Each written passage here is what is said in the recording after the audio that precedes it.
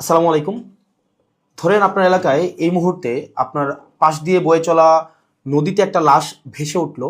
তখন আপনি তৎক্ষণাৎ পুলিশকে খবর দিলেন যে এই লাশটাকে উদ্ধার করার জন্য, যে এই লাশটা এসে উদ্ধার করে পোস্টমর্টেম করে যে আইনগত প্রক্রিয়া আছে সেগুলো মেনটেন করার জন্য পুলিশ আসলেন।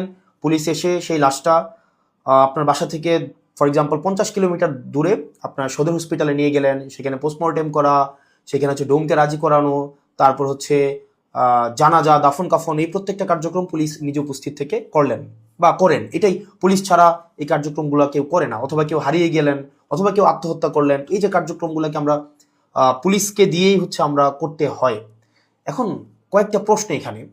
আপনার বাসা থেকে বা নদীর পাড় থেকে লাশটা জেলা সদরে নিয়ে যাওয়ার জন্য যে খরচটা হয়েছে, অ্যাম্বুলেন্স ম্যানেজ করা, ডোম ম্যানেজ করা, হসপিটালের যে খরচ, এই খরচটা আসলে কে দেয়? এই খরচটা দেয় হচ্ছে সেখানে নিয়োজিত যিনি দায়িত্বপ্রাপ্ত এসআই, কনস্টেবল বা যিনি যান, পুলিশের যে সদস্য যান, তাকেই কিন্তু এই খরচটা বহন করতে হয়।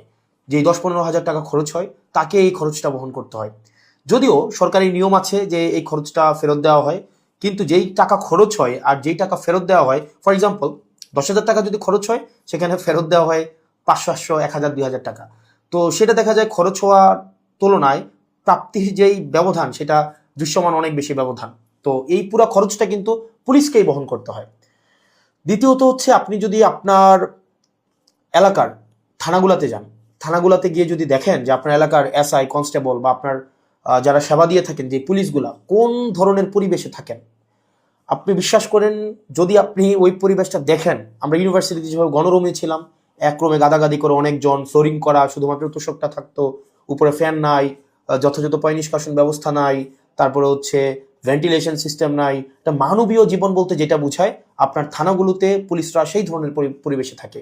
এখন একটা পুলিশ আপনার ডিউটি করে এসে রাতে যদি এই ধরনের একটা পরিবেশে ঘুমায়, আমরা কি তার কাছ থেকে প্রত্যাশিত সেবা আমরা কিভাবে এক্সপেক্ট করব? মানে এটা এটা একটা মানবীয় জীবন থানাগুলাতে আসলে পুলিশের জন্য ব্যবস্থা করা হয়েছে। এত বছরেও পুলিশ এই সেবাগুলোতে, এই মৌল মানবিক পুলিশের যেই বেসিক যে সেবাগুলা, সেগুলো এখনো পর্যন্ত কিন্তু সংস্কার করা হয়নি। তৃতীয়ত, সবচেয়ে গুরুত্বপূর্ণ এবং তৃতীয়ত যেই অসুবিধাটি আমি থানাতে দেখলাম এই কয়েক মাসে, সেটা হচ্ছে আপনার থানা থেকে একটা অপরাধ কার্যক্রম সংগঠিত হয়, ফর এক্সাম্পল 15 কিলোমিটার, 20 কিলোমিটার দূরে। একদিনে অনেকগুলো অপরাধ কার্যক্রম সংগঠিত একটা থানায় হতে পারে। পারিবারিক কলহ, মাদকের সমস্যা, ছিনতাই, ডাকাতি, চুরি, একাধিক সমস্যা সেখানে ঘটতে পারে। এখন প্রশ্ন হচ্ছে, একটা থানায় যদি আমার 16-17টা ইউনিয়ন, 20টা ইউনিয়ন, কোনো কোনো জায়গায় তারও বেশি ইউনিয়ন, প্রত্যেকটা জায়গায় যদি কোনো ধরনের অপরাধ কার্যক্রম সংঘটিত হয়, ধরি 10টা জায়গায় সংঘটিত হইলো বা 5টা জায়গায় সংঘটিত হইলো, আমার এই 5টা জায়গায় কিন্তু তাৎক্ষণিক রেসপন্স করতে হয়। এখন তাৎক্ষণিক যদি আমরা রেসপন্স করতে চাই, সেই জায়গাগুলোতে পৌঁছাইতে অবশ্যই অবশ্যই আমাদের গাড়ির প্রয়োজন। মানে গাড়ি ছাড়া পায়ে হেঁটে তো নিশ্চয়ই এই ধরনের কার্যক্রমগুলোতে কখনোই পুলিশ তড়িৎ কোনো সিদ্ধান্ত বা তড়িৎ কোনো অ্যাকশন নিতে পারে না। কিন্তু আপনি যদি থানাগুলো যান, দেখবেন কোনো থানায় 10টা গাড়ির প্রয়োজন, 6টা গাড়ির প্রয়োজন, সেখানে থানাকে দেওয়া হয়েছে 1টা গাড়ি, 2টা গাড়ি।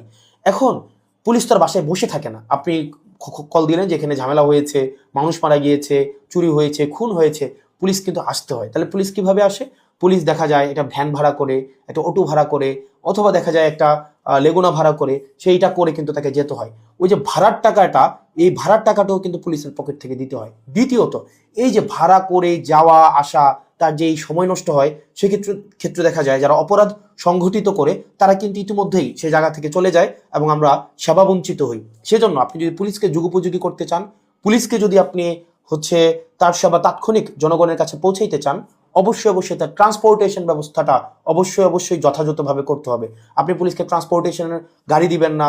গাড়ি বলতে এখানে একটা পুলিশকে একটা গাড়ি, এটা বোঝানো হয় নাই। একটা কাভার্ড ভ্যান দেন, একটা 10টা পুলিশ একসাথে মুভ করতে পারে। তারপর হচ্ছে একটা থানায় যদি আপনি 5টা 6টা গাড়ি দেন, তাহলে সেক্ষেত্রে কিন্তু ওই এলাকার অপরাধ কার্যক্রম অবশ্যই অবশ্যই দৃশ্যমান কমে আসবে। কারণ পুলিশ ইমিডিয়েট রেসপন্স করতে পারবে। কারণ পুলিশ যদি ইমিডিয়েট রেসপন্স করতে না পারে, অপরাধ সংঘটিত হয়ে যাওয়ার পরে যদি রেসপন্স করতে হয়, সেক্ষেত্রে দেখা যায় দিন শেষে অপরাধী কিন্তু পালিয়ে যায়। সেজন্য পুলিশের দক্ষতা, পুলিশের সেবা যদি আপনি জনগণের দ্বারগোড়া পৌঁছাতে চান, অবশ্যই অবশ্যই আপনার ট্রান্সপোর্টেশনের ব্যবস্থা উন্নতি করতে হবে। এখন আমাদের বর্তমান বিদ্যমান যে পুলিশ ব্যবস্থা রয়েছে, এই পুলিশ ব্যবস্থার থানাগুলোতে, আমি থানাগুলোর কথা বলবো, থানাগুলোতে তাদের অ্যাকোমোডেশন সমস্যা। তাদের বাসা, তাদের থাকার জায়গা নাই ঠিকঠাকভাবে, গণরুমের মতো তাদেরকে থাকতে হয়, এবং তাদেরকে যে বেতন দেওয়া হয় এই বেতন দিয়ে যে একটা স্বাভাবিক জীবনযাপন করবে সেটা কোনোভাবেই সম্ভব না। দ্বিতীয়ত হচ্ছে আপনি তাকে ট্রান্সপোর্টেশনের ব্যবস্থা করছেন না যথাযথভাবে। আপনি তাকে হচ্ছে দেখা যাচ্ছে যে আপনি তাকে ঢাল তরোয়ার ছাড়া, ট্রান্সপোর্টেশন ছাড়া আপনি অপরাধী ধরতে পাঠাচ্ছেন, টহল দিতে পাঠাচ্ছেন। সেক্ষেত্রে কিন্তু তাকে ট্রান্সপোর্টেশন ম্যানেজ করা এবং সেখানে যে ভাড়া মেটানো সেটাও কিন্তু তার পকেট থেকেই করতে হয়। সরকার যে অ্যালটমেন্টটা দেয়, সরকার যে বরাদ্দ দেয় সেটা খুবই খুবই প্রয়োজনের তুলনায় অপ্রতুল। তৃতীয়ত হচ্ছে আপনি পুলিশে একটা হচ্ছে, আমি অনেকগুলো অফিসারের সাথে কথা বলেছি, রিটায়ার্ড অফিসার, চাকরিরত অফিসার, তাদের সাথে কথা বলেছি। পুলিশে ম্যানেজ করে নাও একটা কালচার আছে, ম্যানেজ করে নাও একটা কালচার। ফর এক্সাম্পল, আপনি কনস্টেবলকে পাঠাইলেন কোন একটা জায়গায় আসামি ধরার জন্য, সেখানে 5,000 টাকা খরচ হবে যে আসামিটা ধরতে, ট্রান্সপোর্টেশন কস্ট বা তদন্ত এই জায়গাগুলোতে। তখন কনস্টেবল তার মানে ঊর্ধ্বতন কর্মকর্তাকে উনি বললেন যে স্যার টাকা কোথায় পাবো? তখন বলে ম্যানেজ করে নাও। এখন ম্যানেজ করে নেওয়া অর্থ সেটা নিশ্চয়ই আমরা বুঝেছি, ম্যানেজ করে নেওয়া বলতে কি বোঝাচ্ছে। এবং আরও শঙ্কার বিষয় সেটা হচ্ছে পুলিশের অনেক বড় বড় প্রোগ্রাম হয়। এই প্রোগ্রামে অনেক ক্ষেত্রে, সব ক্ষেত্রে না, কিছু কিছু প্রোগ্রাম আগে হতো, এখন বর্তমানে আছে কিনা এটা আপনারা জানাবেন। আগে এরকম নাকি হতো, মানে পুলিশের অনেকেই জানিয়েছে এরকম নাকি হতো, একটা বড় প্রোগ্রাম হবে, এই প্রোগ্রামে দেখা যায় ঊর্ধ্বতন কর্মকর্তারা অধীনস্থ কর্মকর্তাদের হচ্ছে ভাগ করে দিত যে খাবারের দায়িত্বটা তোমার, ডেকোরেশনের দায়িত্বটা তোমার, লাইটিং এর দায়িত্বটা তোমার। তো এখন টাকা আসবে কোন জায়গা থেকে? ম্যানেজ করে নাও। তো দেখা যায় অধস্তন কর্মকর্তারা সেটাকে ম্যানেজ করে নিতেন। তো নিশ্চয়ই ম্যানেজ করাটা সরকারের দায়িত্ব, ম্যানেজ করা তো অবশ্যই কোনো কর্মকর্তা কর্মচারীর দায়িত্ব না। কিন্তু দেখা যায় অধিকাংশ ক্ষেত্রেই সরকার যে বাজেট বরাদ্দ দেয় পুলিশকে, এবং যেই পরিমাণ পুলিশের প্রয়োজনীয়তাটা, যে পরিমাণ আমরা দেখলাম ল অ্যান্ড অর্ডার রিস্টোর করার ক্ষেত্রে, সামাজিক শৃঙ্খলা বজায় রাখার ক্ষেত্রে, শুধু যে গুম খুন এগুলো হচ্ছে নিরসনের ক্ষেত্রে পুলিশের অবদান বা পুলিশের কার্যক্রম বিষয়টা এমন না। স্বাভাবিক শান্তি শৃঙ্খলা, নিরাপত্তা, জীবনমালের নিরাপত্তা নিশ্চিত করার ক্ষেত্রে কিন্তু পুলিশের স্বাভাবিক অনেক ধরনের কার্যক্রম হয়। আপনার পরীক্ষা ডিউটি থেকে শুরু করে অনেক ধরনের কার্যক্রম হয়, এবং পুলিশের কে আরো বিভিন্ন কাজে ব্যবহার করা হয়। যেমন এটা খুবই খুবই, আমি পার্সোনালি এই জিনিসটাকে আমি সবার সামনেই বলছি, এই জিনিসটাকে আমি পার্সোনালি এই জিনিসটাকে কখনোই ওয়েলকাম করব না। অপ্রয়োজনীয় প্রোটোকল দেওয়া, যে যদি এলাকায় এমপি যায় পুলিশকে দেখা যায় প্রোটোকল দিতে, মানে অপ্রয়োজনীয়। দেখা যায় ওসিকে আমরা অতীতও দেখেছি, ওসি সবসময় হচ্ছে আপনার এমপির সাথে সাথে থাকতে হয়, একটা থাকেই থানায় একটা গাড়ি। এখন একটা গাড়ি নিয়ে যদি আপনার ওসি বা অন্য কর্মকর্তারা আপনার এমপির সাথে সারাদিন ব্যাপী থাকতে হয়, যেখানে যায় সেখানে যেতে হয়, তাহলে ওসিও কিন্তু তার স্বাভাবিক থানা কার্যক্রম করতে পারে না, সাধারণ মানুষ সেবা বঞ্চিত হয়। একই সাথে সাথে যে একটা গাড়ির, এই গাড়িটাও কিন্তু অপচয় হয়। সেজন্য, এবং আপনারা জেনে থাকবেন যে এমপির সাথে পুলিশ সবসময় থাকে, কিন্তু এটা কিন্তু কোনো নিয়মে নাই, কোনো প্রোটোকলে নাই। এমপির সাথে পুলিশ থাকবে, এটার কোনো প্রোটোকল নাই, কোনো প্রোটোকলেই নাই।